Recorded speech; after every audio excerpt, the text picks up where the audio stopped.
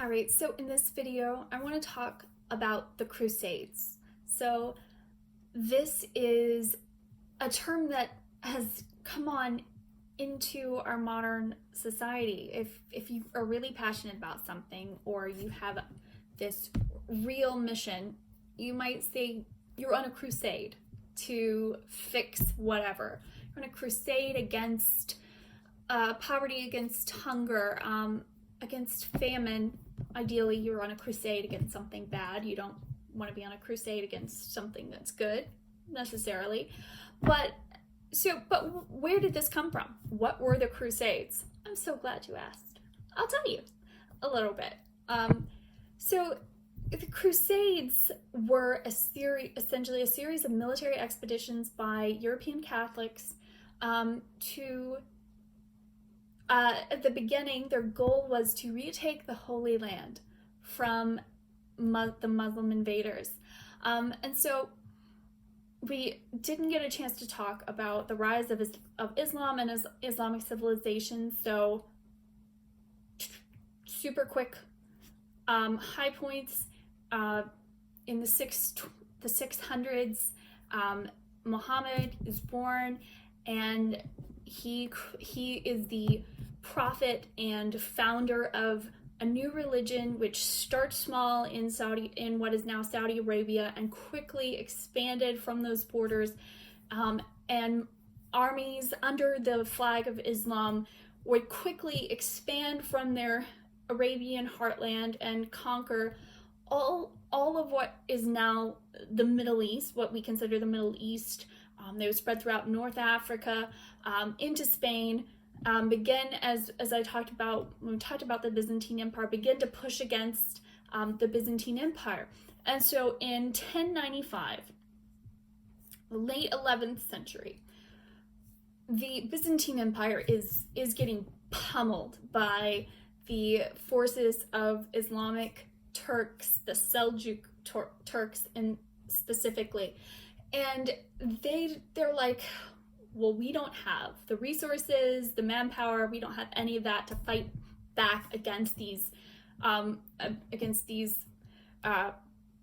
heretics, infidels, non-believers, heathens, whatever word you want to apply. They don't believe the right thing, ergo, they're bad.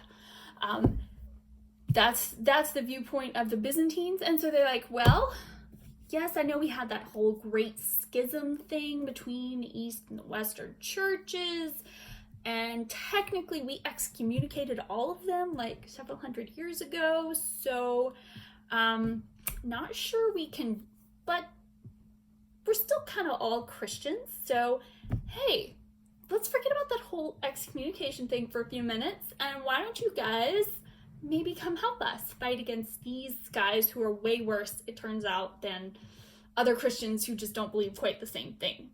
Yeah, turns out there are worse things than conflicts over the nature of God, and they're Muslims. That's so the Pope receives this request and says, you know what, this could actually be a really good, yes, absolutely, this is a good cause, we should go help them. Not just help them fight, against the armies on their borders, but we should retake Jerusalem. Jerusalem is the holy city. It's the city of David. It's the city where the Christ was crucified.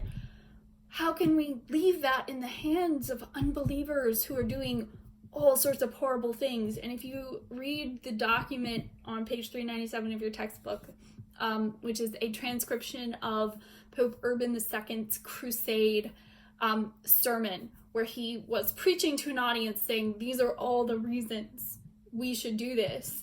He's very eloquent on the horrible things that are being done to the city of Jerusalem. So, the major kings of Europe, they start gathering armies, and the Pope says, hey, guess what? Any soldier who goes to fight on this crusade, he will get, they were promised what's called a Plenary Indulgence, if they should die in battle, which essentially meant all your sins are forgiven. basically you get completely out of purgatory, and we haven't talked much about the concept of purgatory. It's essentially the idea that when you die, clearly you've done a lot of bad stuff in your life, and so you can't go straight to heaven because that doesn't really make sense.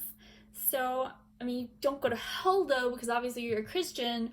So instead you go to purgatory, which is kind of a middle thing where you suffer for your sins for however many years until you've paid enough for all of those sins, and then you can go on to heaven.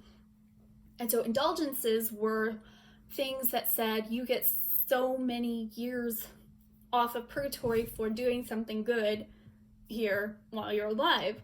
And so a plenary indulgence meant all of purgatory. All your years in purgatory, they are wiped out. You get to go straight to heaven. So it's like basically get out of jail free card. So that's pretty motivating for a lot of people. And so an army of more than 100,000 gathered in Europe in different places and sailed and marched towards Constantinople to go and fight against the forces of Islam. And this, in some ways, this was a good thing for Europe. Populations have been growing, and there were a lot of restless, noble, young people who didn't have anything better to do, and so they were spending all their time fighting with each other and causing problems and starting wars, and that's really inconvenient and bad for everybody. So hey, instead of them fighting here, why don't we go send them to fight there? And yeah, then they won't be fighting here. Wonderful. And so in the First Crusade, it was actually the only truly successful crusade from a perspective of military victory. The Crusaders made it to Constantinople, where they regrouped and then moved on to fight in the Holy Land, because that was the goal. They didn't really care about the problems of the Byzantine Empire. They were all about, we got to save Jerusalem. And they did manage to reach the Holy Land. They defeated armies of the Seljuk Turks. And by 1099, they had captured the city of Jerusalem, and they promptly set about creating little mini European states there in the Holy Land. They created 3 feudal states, Jerusalem, Antioch, and Edessa, and they said, okay, great, now I'm king. They made the different leaders of the Crusader armies the king of these little states, and started created their own new little countries there in the Middle East, building lots of forts and castles, the ruins of which are still visible to this day. And they're like, okay, great, awesome, we succeeded, yay.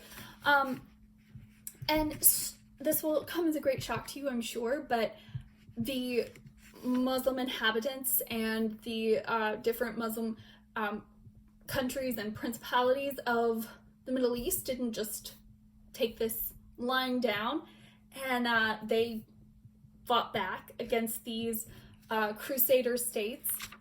So more crusades then were required to try to save these Christian states in the Middle East from the pressure of the armies that were coming against them. And despite 2 more crusades, the Second and Third Crusade, Jerusalem fell back into Muslim hands under the leadership of the brilliant leader Saladin. They reconquered Jerusalem in 1187. So under 100 years, for less than 100 years, was Jerusalem under Crusader control. The Third Crusade was an attempt to recapture Jerusalem. In 1189, 3 of the most powerful rulers of Europe, Frederick Barbarossa, the German emperor, Richard the Lionheart, and Philip Augustus of France, these are three very powerful rulers, all happen to live at the same time. They all say, hey, we're going to stop fighting each other and we're going to go fight there. And they try to get to the Middle East. They do get there.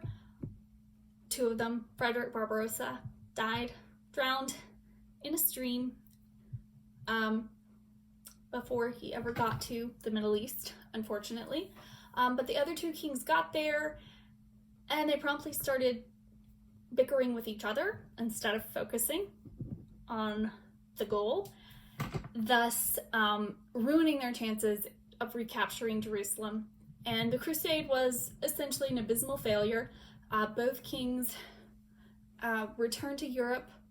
Richard had a very unfortunate experience returning to Europe. He was captured by the Holy Roman Emperor Henry VI. There are a lot of Henrys. You don't need to remember it was Henry VI, but he was captured by the Holy Roman Emperor as he was traveling through his territories on his way back to England, thus leaving his brother, Prince John. So if you've ever read or watched Robin Hood, whether it's the Disney version with talking animals or any of the numerous live action versions of Robin Hood, they all are set in this time period where with Robin Hood, the character Robin Hood is, in most of these stories, he is the Earl of Locksley, who has been gone on crusade with Richard, and he makes his way back to England after the crusade fails, while Richard is in captivity, and finds that the king's brother, Prince John, who has been serving as regent while Richard was away fighting the crusade, has been plundering the people with the aid of the wicked Sheriff of Nottingham. And so he begins to fight back against the wickedness of Prince John, who would later become King John once Richard died, which he didn't do in captivity. They actually raised a huge ransom. There was a heavy tax on the people of England to raise a ransom to pay to get Richard back from the Holy Roman Emperor. But I hope that kind of pins it for you, that this Robin Hood story takes place in the context of these crusades. So the crusades, the first three crusades, they were not super successful politically, but they did open up Europe to a large extent to trade from the Middle East and from Asia that they had not had prior to this creation of these trade routes across the Mediterranean. So Europe becomes a much more open society with a lot more contacts with the outside world. And so if I sounded kind of positive about the first three crusades, the fourth crusade makes me sad, because the fourth crusade, which began in 1202, the Crusaders, 30,000 Crusaders, arrive in the Italian city of Venice on the Adriatic Sea, and that's as far as they could afford to go. They didn't have any money. They're like, ooh, we did not think about how much it was going to cost to get 30,000 people from Europe to the Middle East. Hey, Venetians, you got some ships for us? Yep, we're going to the Holy Land. Yes, crusade. We've taken the cross. We are going to go fight for Christ in the Middle East. Oh, wait, that's not good enough. You want money? We don't got any money, I'm sorry. So the Venetians were like, well, we can't take you to the Middle East, but we do know where we could get some money.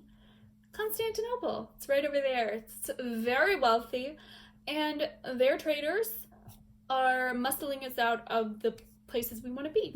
So you want to go to the Middle East? First, we need you to help us with Constantinople. And so in 1204, the forces of the Fourth Crusade besieged the city of Constantinople. So it's kind of incredible that in less than 200, in about 100 10 years, the Crusades go from the Byzantine Empire asking for help to fight against the forces, outside forces from fellow Christians, and receiving that help, to, in 1204, an army of Crusaders arriving on their doorstep and laying siege to the city. A successful siege.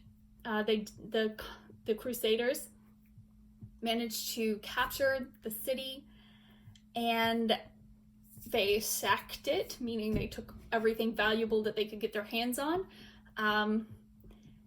from Constantinople back to Venice, and they held on to it for over 50 years, until finally the Byzantine emperors managed to get control back.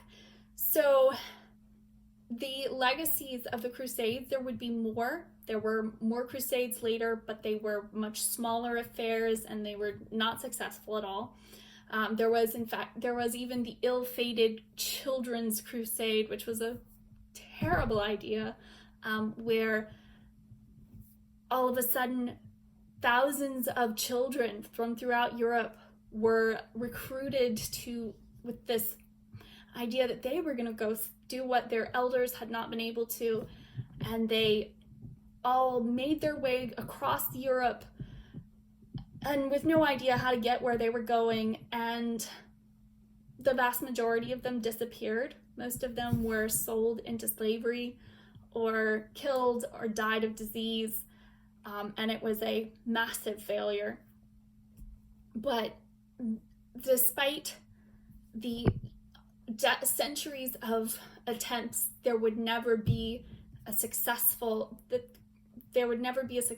foothold in the Middle East, and the Crusades did not succeed at anything except opening Europe up to more trade from the rest of the world and providing a safety valve for excess population and excess violence in Europe, sending it out of their borders to go fight somewhere else.